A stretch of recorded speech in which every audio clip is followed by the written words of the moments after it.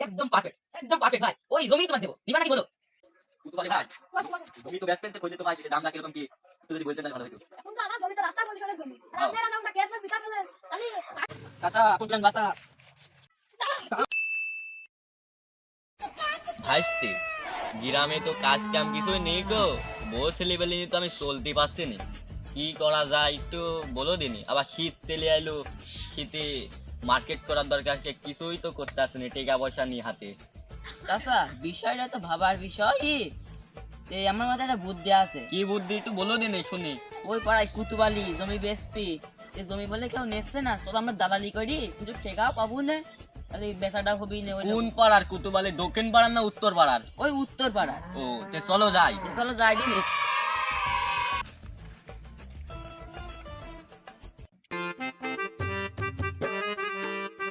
ভাইস্তে কুতুবালির বাড়ি কোনে? আর বেশি দিন না, এই দেখেন এইটাই বাড়ি। ও এই বাড়ি? হ্যাঁ। তে চলে যাই। ও কুতুবালি কুতুবালি ভাই, কুতুবালি ভাই। এই তো ভাই। ও শুনলাম ভাই তুমি বলে রাস্তার পাশে ওই জমিটা বেচতা বলে। ভাই ব্যস্ত তো ওই জমি আবার আমার আর আমার বোন নামে ওই জমি। আমার বউ আবার ওই জমির উপর কেস করে কি করব ভাবছি। ও কোনো বিষয়ই না ভাই। চাচা তাহলে জমির খরিদ্দার দেখতে হ্যাঁ তাহলে দেখতে হয়, তাহলে খদ্দের কি নিয়ে আসবো নাই চাচা? হয় হয় নিয়ে আসো যাও। আচ্ছা ঠিক আছে গেলাম। হ্যাঁ। বড়ি বিকালে নিয়ে এটা কি সে রজপালির বাসা? হ্যাঁ চাচা এটাই।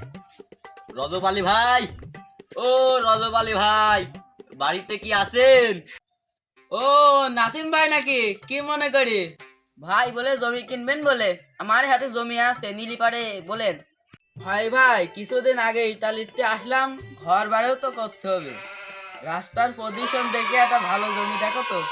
একদম পারফেক্ট ভাই। ওই জমি তোমাকে দেবো, নিবা নাকি বলো? হ্যাঁ ওই রকম জমি আমার দরকার। তাহলে একটু সবুর করো, আজ বিকালে ওই জমি তোমাকে লিখে দেবো। চলো চাচা ওই বাড়ি দেখে আসি। কুতুবালি ভাই, বসেন বসেন। জমি তো বেচতেন তো খদ্দের তো পাইছি, দাম দর কিরকম কি একটু যদি বলতেন তাহলে ভালো হতো। এখন তো আমার জমি তো রাস্তার পজিশনের জমি। আর হ্যাঁ। আপনারা নামটা কেস মে বিতা ফেলেন।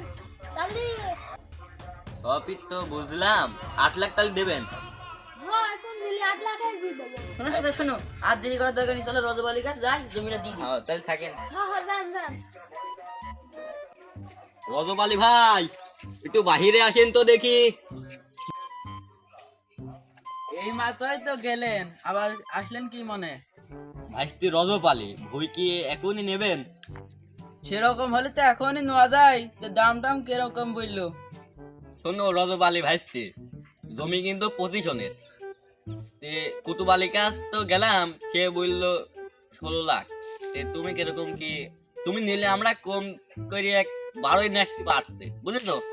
তুমি যদি নাও তাহলে আমরা 12ই নিতে পারছি। হ্যাঁ 12 লাখ হলে নেওয়া যায়। রজবালি ভাই তুমি টাকা গুছাও। শোনো চাচা, ওই কুতুবালিক ডেকে নিয়ে আসি, এখনই ভাই জমিটা মাপি দে। হ্যাঁ তাহলে তুমি টেকা গুছাও। আসো। কুতুবালি ভাই দেখেন এখানে বসে দেয়। কুতুবালি ভাই কি করছেন এখানে মাঠে বসে? আপনি খুঁজতামান দেশ খুঁজে বেড়াতে পারছেন গো, এখানে বসে কি করছেন? হ্যাঁ কি ব্যাপার আলে ভাই? কুতুবালি ভাই, কোন জমি বেচবেন? এই যে এই জমি। এই জমি? হ্যাঁ হ্যাঁ দেন রাস্তার পজিশনের জমি। চাচা আমরা এই যাব আর এই খদ্দের নিয়ে চলে আসবো। যাও। ভাইস্তি রজপালি, ভইটুক দেখেছেন তো, একদম পজিশনের জায়গা। তাহলে তো ওই নামে দেখতে হবে। চলেন যাই।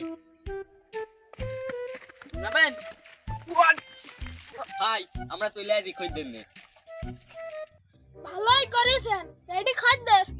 কে গো, তোমার কি মনে হচ্ছে এটি খদ্দের না? বাবু এডি খদ্দের। ভুই আমার পজিশনের। একদম 15 শতকের 1 ইঞ্চিও কম নেই গো। কিন্তু বাপু দাঁড়াও বাবু দাঁড়াও।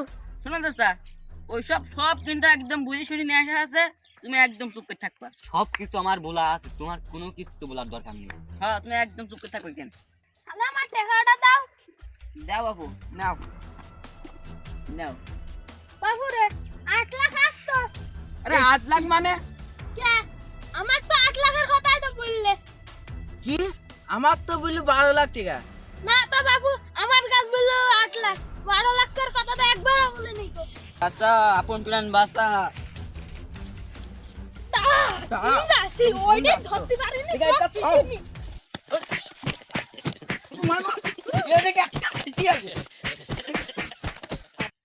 ভাইস্তি তুই কামটা ঠিক করলি।